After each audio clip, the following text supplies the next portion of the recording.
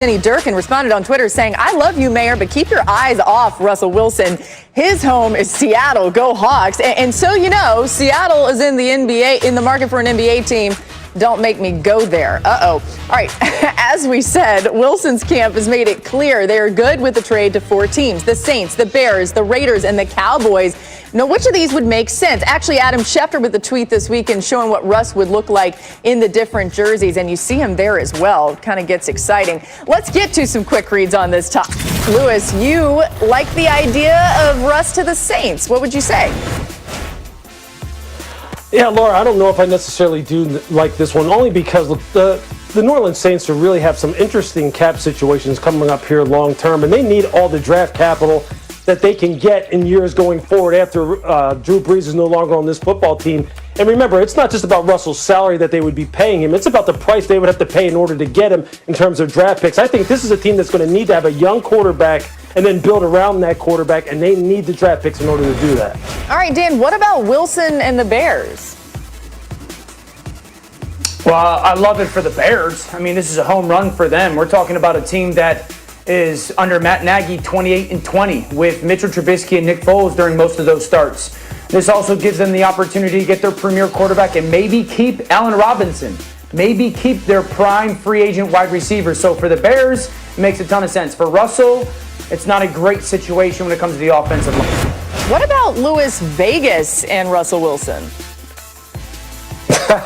You know what, Raider Nation hates me for this, but you know I'm gonna stick by this. They don't need to get Russell Wilson. They have their franchise quarterback in Derek Carr, who by all intents and purposes, both objectively when you look at the data and you look at him on the football field, this guy is a winning quarterback. It's the defensive side of the football that really needs to be improved. I know they have invested a lot in that side of the ball, both in terms of free agents and draft selections. It's just been the wrong people because they haven't panned out. So they need to fix it if they're going to want to go anywhere.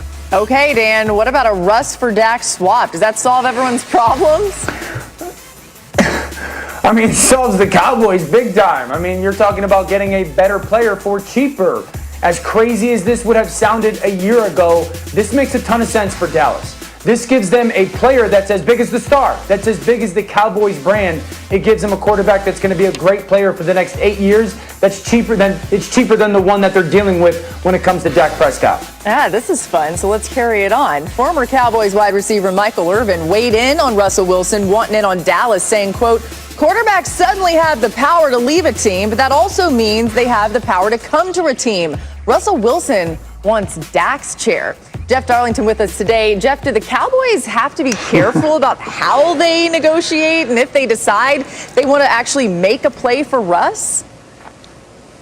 They do, Laura. Look, I don't love the way this smells or looks with Russ kind of throwing out there that he's willing to play for a team that currently has a quarterback, and the potential of the Cowboys flourishing back when they've got their franchise guys sitting there. That being said, it would be negligible on the part of the Cowboys to not at least look into this. Now, whether they make the call or not is where this gets dicey, where it gets sticky.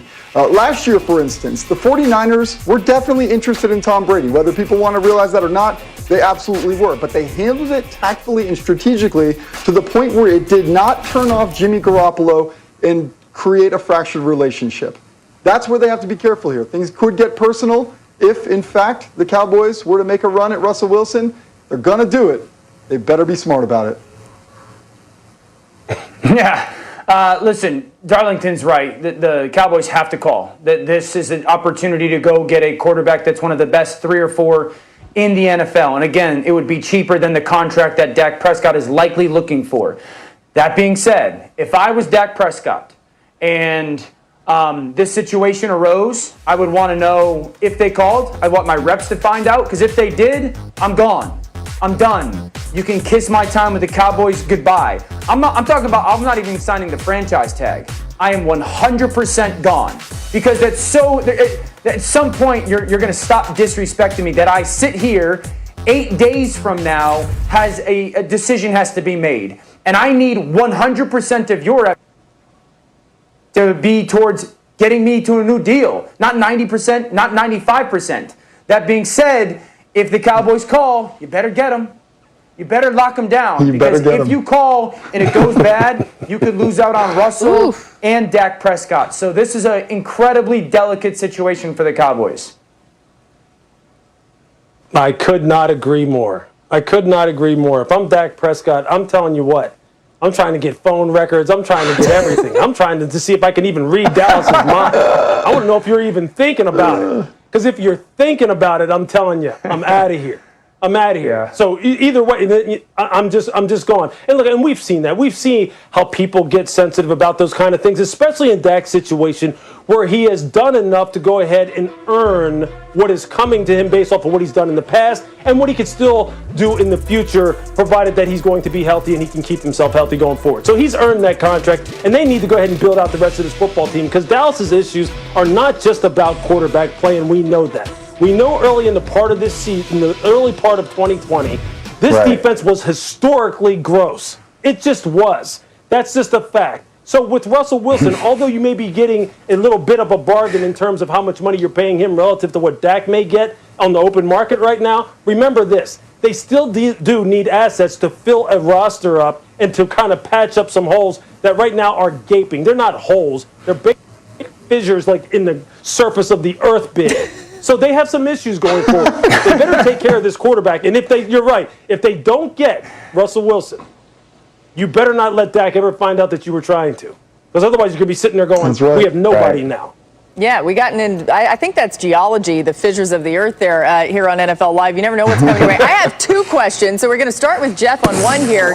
You've got until March 9th to get through the franchise tag period. A franchise tag would have to be assigned, Jeff, but they could stretch this thing out again until July, right, for things to be signed. I realize nobody knows what's going on here, but what does your gut tell you? I mean, this thing stretches on, right? There's no way it's done with Dak and Dallas in the next 8 days. Right. Well, Lewis knows because he's putting GPS trackers on people's cars to make sure that they don't do anything without him. Sounds like the guy's stalking. But look, you're exactly right. And here's the deal. We didn't expect them to put the franchise tag on Dak right away. They want to have good faith negotiations, but this is exactly where we were last year. We went into this exact same period. They ended up slapping the tag on Dak on March 9th, and then they extended it to July, saying we're going to get it done by then, and they never got it done. It continues to get harder each and every day until you reach that deadline. So we'll all keep watching. We'll all keep wondering. Yeah, and if they slap the tag on him one more time, you got to think that that's the last time that they'll be talking about any contract with Dak and Dallas. Dan, we're talking about this conversation of this trade of player for player, Russell Wilson for Dak. We kind of went through how they could do it. Should they do it? Should the Cowboys do it? Absolutely. I mean, if the Cowboys have the opportunity to go get Russell Wilson, listen, I think you talk about signing Dak with the intention to trade him. You go the 10th pick in the draft. You can go with your second rounder this year and maybe even throw in a player like Lyle Collins to help that Seattle offensive line. Should Seattle do it is another question. It comes down to what's it about for Russell Wilson. I am adamant and believe that this is bigger than football. I believe that this is a long-term play 20 years from now, that Russell Wilson wants to be the Magic Johnson of the NFL, to build that brand. If that is the case, his mind is already up. So then the answer for Seattle would be, yeah, because eventually he's going to force his way out, get as much as you can for him now. Look, I just think that Dallas needs to be awful careful here about trying to, provide Russell Wilson the vehicle by which he can live out all of his dreams, that go beyond the football field. I am big on relationships. And there are some other effects that this could have on this football team in Dallas in a negative way if they wind up having a guy who they drafted, they groomed, they developed, who suffered through some very bad seasons, suffered a horrific injury. We're going to assume that he's going to come back from it, and then he's going to be sitting there right now waiting for you to go ahead and make him the franchise quarterback in terms of a new contract, and then you just trade him out for the next guy. That could have a very, very bad impact on their team building going forward and their locker room going forward, one that you can't put a price tag on. You have to be very, very careful of that. That's a really strong point, and especially when you think, too, about how that locker room is spoken about Dak Prescott. He is beloved there. All right, the news of the day is what we're getting back to. J.J. Watt is